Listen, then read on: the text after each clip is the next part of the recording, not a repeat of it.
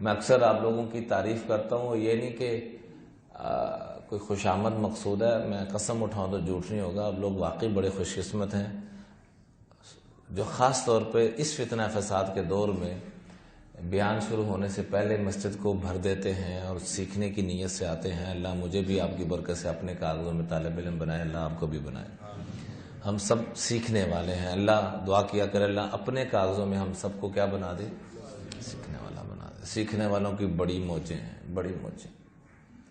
اس لیے امام بخاری رحمۃ اللہ علیہ وحی سے ابتدا کرتے ہیں اور سب سے پہلا جو باب لے کر آتے ہیں وہ کیا لے کے آتے ہیں؟ باب العلم قبل القول وقبل العمل، باب العلم قبل القول والعمل، کہ علم کا حاصل کرنا بولنے سے بھی پہلے، عمل سے بھی پہلے۔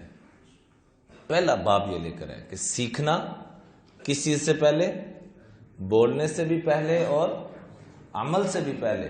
اس لیے ہم بھی اس بات کی نیت کریں کہ ہم نے بھی اس کو سیکھنا ہے، قرآن کو خاص طور پہ۔ ہم نے ہر جگہ اسکولوں کے اوپر موٹا سا کر کے لکھا ہوتا ہے اقرا، پڑھیے۔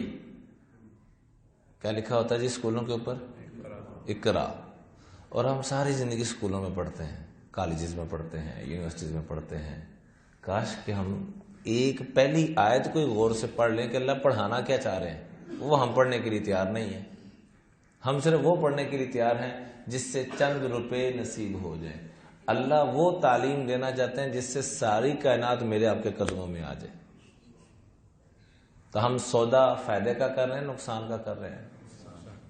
اللہ وہ علم دینا چاہتے ہیں جس سے اللہ جل جلالہ ساری کائنات کو میرے آپ کے قدموں میں ڈال دے گا۔ ہم وہ علم حاصل کر رہے ہیں کہ ہمیں لوگوں کے در در پہ جانا